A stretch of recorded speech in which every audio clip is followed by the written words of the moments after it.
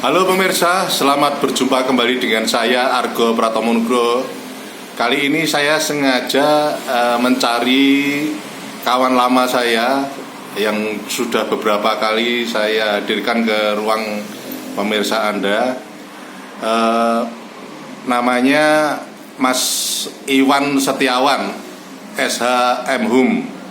Beliau ini sedang juga menempuh program doktornya di Semarang. Kali ini saya sengaja ingin mewawancarai Mas Iwan perihal profesi keadvokatan. Selamat berjumpa Mas Iwan. Ya, selamat jumpa Bang Argo.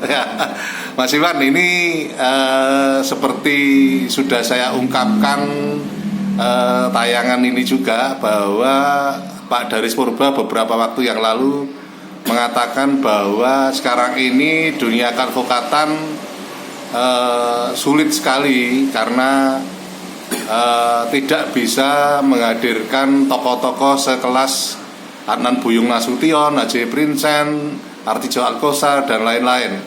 Menurut Anda bagaimana ini? Karena Anda kan sekarang ini kan ketua Pradi Sleman juga ya? Iya, benar. Pradi yang mana Mas? Saya Pradi Rumah Bersama Avokat, pimpinan Pak Dr. Luhut Pangaribuan, yang beberapa waktu yang lalu AHU sudah dikeluarkan untuk Pradi RBA kita. Oh ya, sebelum saya bertanya lebih lanjut, memang organisasi advokat di Jogja ini memang banyak juga ya? Atau banyak, di Indonesia juga?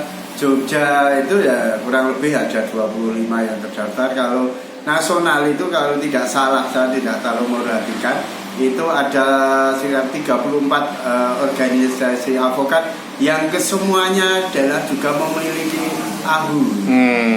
Orang awam mungkin perlu dijelaskan AHU itu apa, Mas? AHU itu adalah suatu pengakuan dari Kementerian Hukum dan HAM bahwa suatu organisasi itu harus tercatat di sana kan. Departemen Hukum dan HAM ya? Iya. Oke. Lalu tanggapan Anda Mas soal pernyataannya Pak Daris Purba itu, menurut Anda bagaimana ini? Benar sekali apa yang dikatakan beliau. Tapi perlu kita ingat bahwa di zamannya beliau itu adalah avokat itu masih sedikit, dan profesi avokat waktu itu adalah profesi yang terpinggirkan karena saat itu pemerintah saat itu taruhlah Orde Baru itu adalah tidak memberi ruang gerak pada para avokat, sehingga avokat itu sangat sedikit, dan dari rasa sedikit itu akhirnya terjalin rasa emosi, ada keterikatan emosional, sehingga di sana sangat kental sekali bahwa para senior itu adalah sangat kompak dan solid, karena yang mereka hadapi bukan hanya lawan di pengadilan, tapi juga pemerintah yang tidak memberi ruang gerak kepada para senior itu, sehingga avokat waktu itu juga sedikit. Dari sedikit itulah dengan tempaan-tempaan yang sangat luar biasa itu akhirnya menimbulkan para avokat yang berkualitas gitu. Seperti apa yang dikatakan senior Pak Daris Purba bahwa ada Pak Adnan Buyung dan yang lain-lain itu. Nah, karena waktu itu memang situasinya seperti itu, sehingga membuat seseorang yang menjadi avokat itu memang harus berkualitas, dan berkualitas saja saat itu banyak tidak laku. Nah, itu berbeda dengan sekarang. Sekarang karena perkembangan zaman yang seperti ini, akhirnya juga pemerintah juga memberikan pengakuan terhadap avokat dengan dikeluarkannya Undang-Undang Nomor 18 Tahun 2003 tentang avokat, tentang pengacara, sehingga banyak menelurkan avokat-avokat baru, karena apa, dunia keavokatan sangat-sangat menjanjikan, sehingga dari banyaknya itu mau tidak mau itu hukum alam, akhirnya juga kualitas agak menurun gitu. Menurun, tapi sebenarnya juga ada avokat-avokat sekarang yang berkualitas, tapi kan perbandingannya itu adalah sangat-sangat sedikit sehingga tidak kelihatan berbeda dengan zamannya para senior Bang Anan Buyung CS itu kan sedikit, jadi begitu ada yang muncul itu akan kelihatan. Nah, sekarang ini banyak sekali avokat sehingga kemunculan avokat yang berkualitas itu di mana saja itu yang kualitas itu sedikit. Jadi dengan sedikit itu mereka tenggelam dengan banyaknya avokat yang asal-asalan sehingga mengatakan dunia avokat sekarang ini tidak berkualitas. Artinya waktu nanti yang akan membuktikan ya siapa yang bisa bertahan dan betul-betul nanti yang berkualitas akan muncul gitu ya. Ya, benar sekali. Akhir-akhir ini pun kami, karena kebetulan saya ketua, jadi saya selalu melihat anggota ini. Nah, ada salah satu anggota saya pun mengundurkan diri. Itu karena dia merasa mengatakan tidak cocok di dunia keavokatan. Nah, dari itu kalau kita bisa melihat karena kembali lagi ke sumber daya manusianya, karena di dunia avokat yang semakin modern seperti ini banyak sekali persaingan. Nah, mungkin teman saya itu tidak kuat menghadapi saingan ini sehingga ya merasa tidak cocok di avokat. Nah, inilah yang dikatakan hukum alam akan seperti itu. Juga sudah biasa terdengar banyak sekali teman-teman avokat itu mengeluh kalau mereka tidak mendapat perkara. Nah, padahal ketika dia mau meningkatkan SDM-nya itu akhirnya perkara itu akan selalu ada. Bahkan kadang kita sampai milih-milih perkara karena waktu kita yang tidak cukup.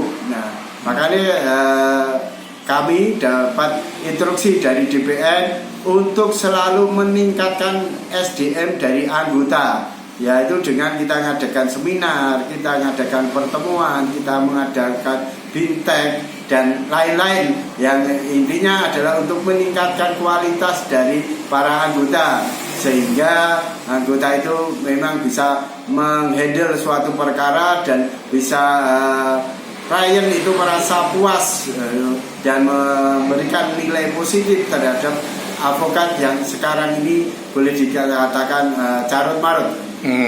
Tapi Anda setuju ya kalau advokat itu harus independen, harus tidak dekat dengan kekuasaan dan uang, dan mungkin juga solusinya mungkin saya pernah pernah diskusi dengan Anda perlu ada subsidi silang gitu loh. Menurut Anda seperti apa itu? Benar nggak? Ya, sebenarnya memang avokat itu dari awalnya itu harus independen, karena dia adalah penegak hukum, termasuk ketika avokat itu masuk di catur wangsa penegak hukum. 4 catur wangsa itu ada hakim, ada polisi, ada jaksa, satunya adalah avokat. Jadi avokat memang harus independen karena dia adalah penegak hukum. Nah, memang ketika suatu hari dulu saya mengatakan avokat itu harus ada subsidi silang, ya maksud saya kan ketika perkara itu memang rakyat kecil itu kita bisa menggratiskan kan gitu. Karena apa? Kita juga kadang mendapatkan perkara-perkara yang besar yang melibatkan orang-orang kuat.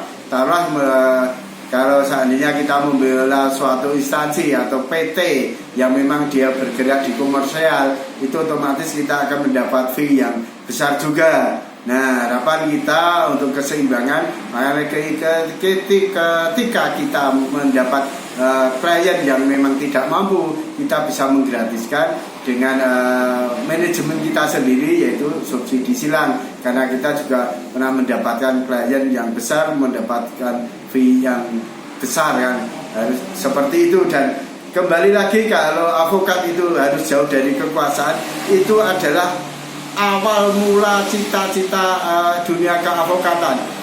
Dulu itu memang dicanangkan bahwa avokat tidak boleh bermain politik. Nah, seperti itu.